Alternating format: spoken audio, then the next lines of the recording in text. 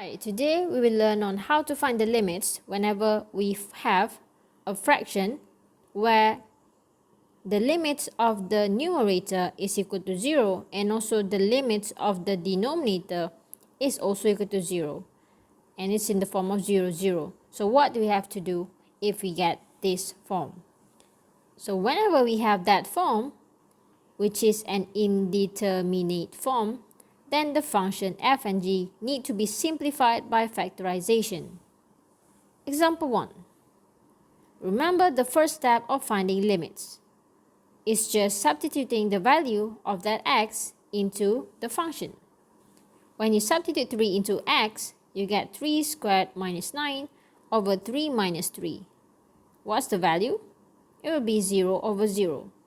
So this is an indicator where we have to use factorization because that's not the answer for our limit. How to factorize?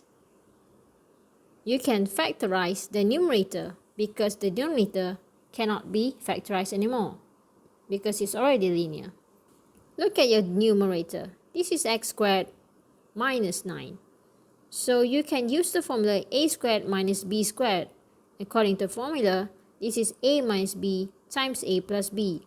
Or you can also factorize this just by using your calculator, but I prefer this formula. Looking at the formula, your a here is x. So just replace your a with x.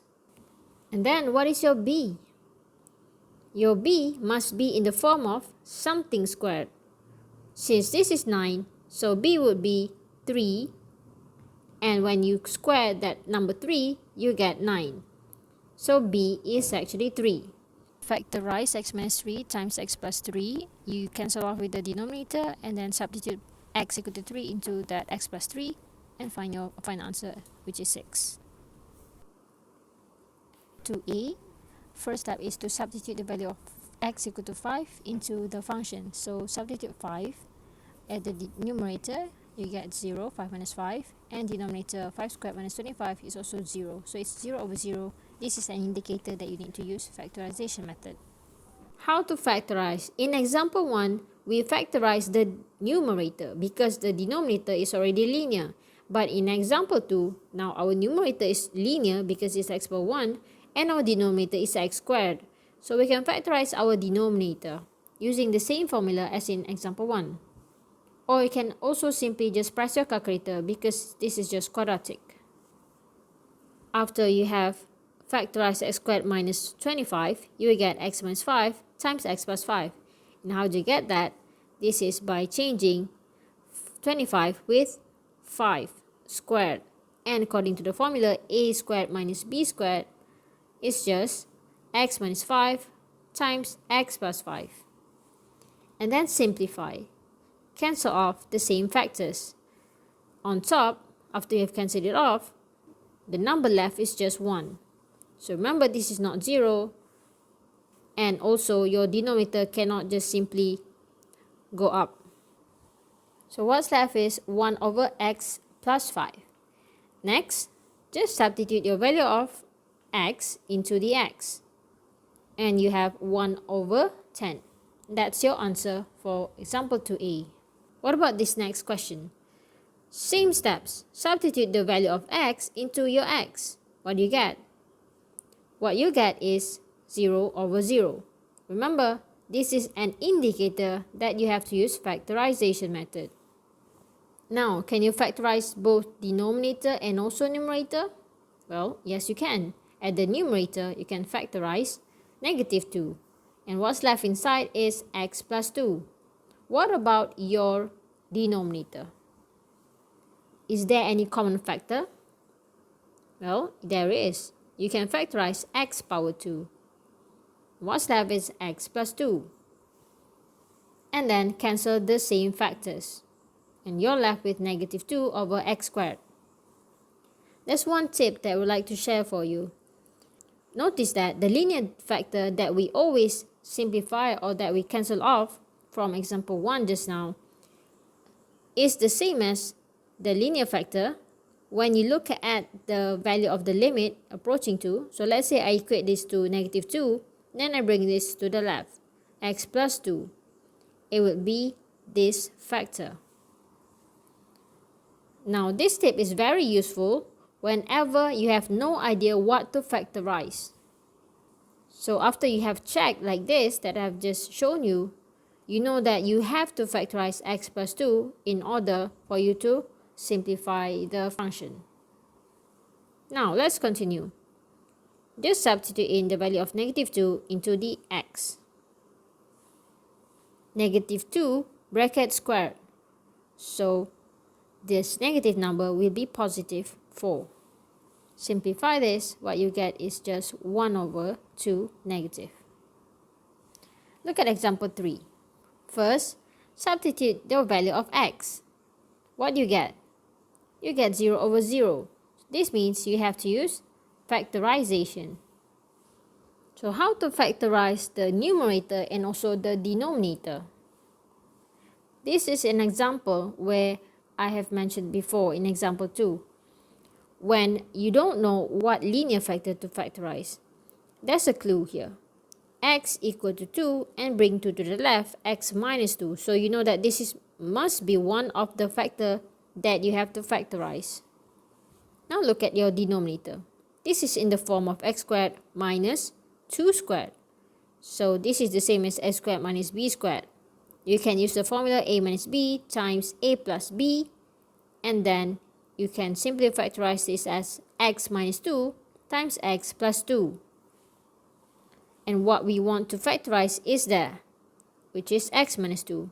So this means later on we will cancel off x minus 2 at the numerator as well.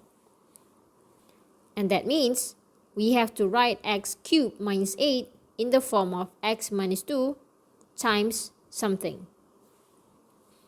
Because that x minus 2 will be divided or will be cancelled off with the denominator that has been factorized. So we can cancel that off later on. But now our problem is how to find this factor. How to find that factor? We know that x cubed minus 8 must be written in the form of x minus 2 times something. So how to find that? This is just by, even though you can press your calculator, but that's not the correct way. Remember, for cubic function, you cannot just press your calculator to find the factors. You have to do long division. What to divide with your polynomial? You should divide with the factor x minus 2. So put x power 3 inside and x minus 2 outside. But remember, this is long division, so you have to write all of the terms. X power 3, x power 2, x power 1, and the constant is minus 8.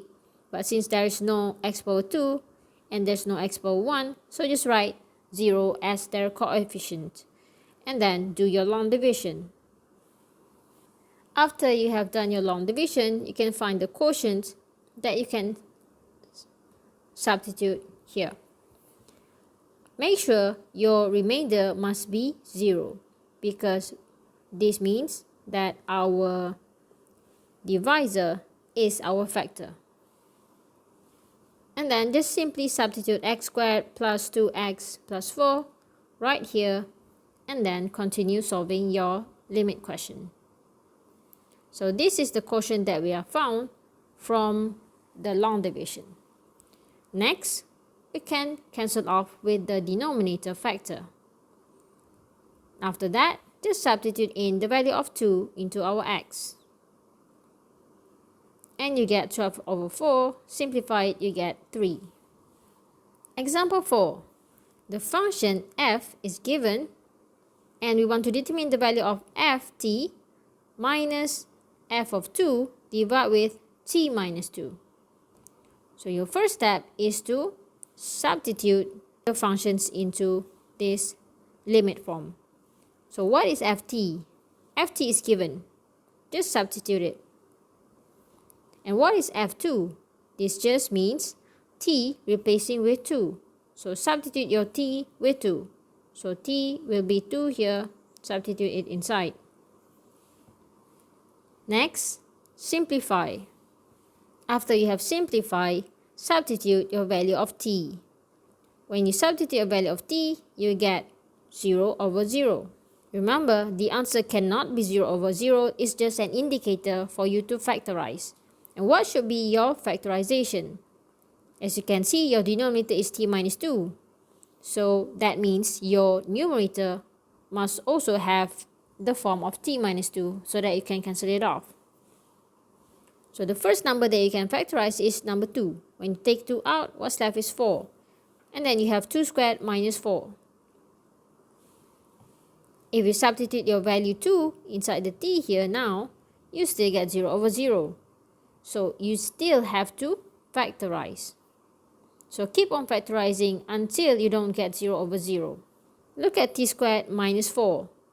You can use the formula a squared minus b squared equal to a minus b times a plus b. So our a is t and our b would be 2.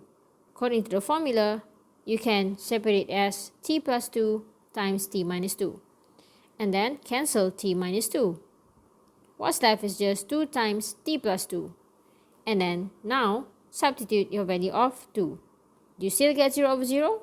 Well, no. That means you are done. Simplify and get the answer. The value is 8. Thank you for watching.